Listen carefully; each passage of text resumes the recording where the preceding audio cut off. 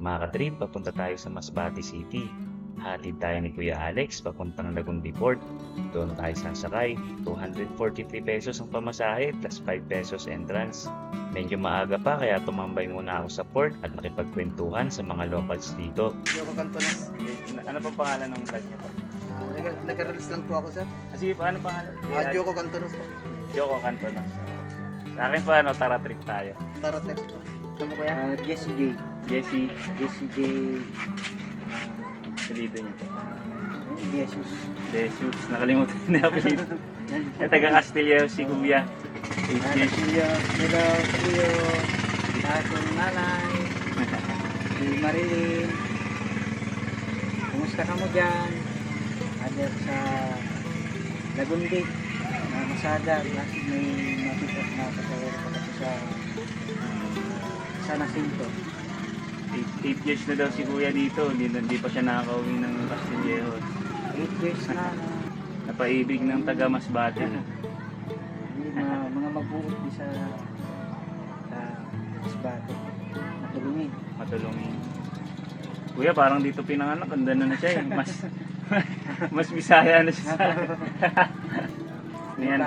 May anak ka na, Kuya. May anak ka. Babae. Dito ang anak mo yung nagdadrive ka. Tricycle. Habal-habal. Yung balabal. Pag may dumadating, hintay. Hintay na. Sa Nasinto. May mga kakilala. May bag na bigat yung amin. Ano ka, Kuya? Ilocano kayo doon? Oo. Kaysa Castilleros. Ilocano kayo, mga magulang. Mga De Jesus, no?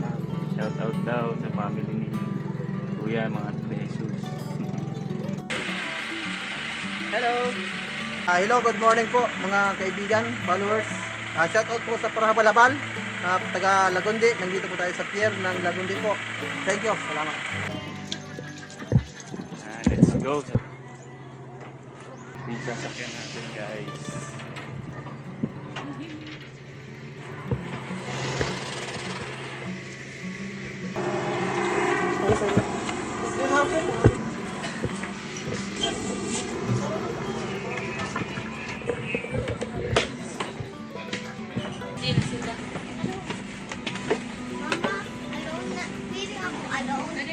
Ganda. Dami. Sa aircon. Ganda pa ng upuan. Let's go. Paalis na kami.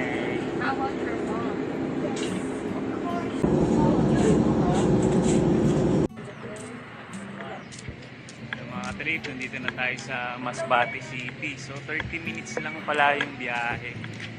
Umalis tayo dun sa Lagundi port ng 11 AM. So 11:30 pa lang ngayon. Kalmado lang yung dagat. So tutuloy na tayo dun sa may transient house natin. So hanap tayo ng tricycle. Malapit lang daw yun. Yung port nila, Masbate Port. Malalamit na. Yeah. Sa Sampaguita lang. Yes, alam nila. Let's go.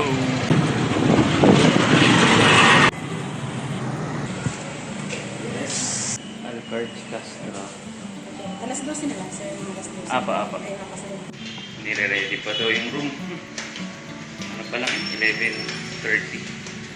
So, kain muna tayo. Hanap tayo ng makainan natin lunch. Mga ka-trip, may shopping sila. May nakita din ako McDo. Yan mga ka-trip, kain na.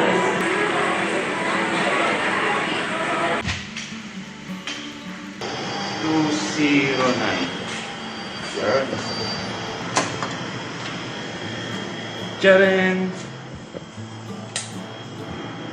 Yahoo!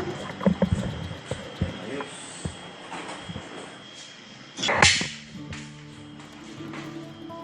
Liig. Banyo. Pwede na din, di ba? 650. Overnight. night, aircon. So, pwede na kasi matulugan mo lang naman ito eh. May sarili ka ng CR. Kaya tayo sa flat tapos ikot tayo mamaya para tingnan natin kung saan tayo iba natin kami. Ayan mga ka-trip, ito na yung city nila. So ito nyo may mga Jollibee sa McDonald's. Kami ng sasakyan, mga tricycle.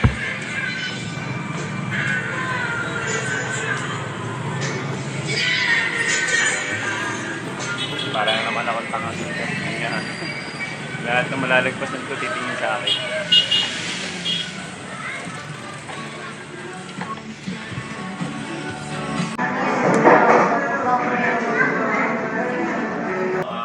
Pag magta-travel kayo, lagi ako may dalang extension. Kaya lang, naiwan ko dun sa bahay nila Ate Lina. Hindi ko nadala kasi usually kulang yung outlet or malayo yung outlet katulad niyan. Ang layo, kailangan ng panggamitan ng buti may table, tsaka may bangko.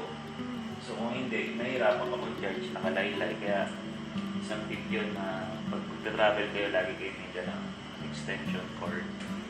So habang nag-e-edit, ready na rin natin yung gamit natin para bukas. Tapos ligo na. Bukas ang pick-up time namin is 5:30 ng umaga. So kailangan natin magising ng maaga para makarating tayo dun sa meeting place. Tapos mag-i-start na yung island tour natin. So abangan niya yan mga kapit. Ngayon, nag-e-edit tayo nung nakakuha na natin kanina. So, kailangan masipag ka lang talaga mag-edit, kumuha ng mga video, tapos yung lagi kang maraming dala para sa vlog ng Tara-Trip tayo para ma-share namin sa inyo yung mga travels, ano yung kinakain namin, yung culture, kung saan man kami mapupunta, kung saan ang bundong, kung saan magandang pasyalan, may share namin sa inyo. So ngayon, mag-isa ko lang, isama ko sila kuya kaya nandun sila sa may bitaw. Ako lang nagpunta dito, yung mga katrip natin, yan, siyempre namimiss natin sila. Sila sa Olongapo ngayon. Sila Kuya Glenn, si Jelay, Sandro, si Lovely, si Densho. Hello. Miss you guys.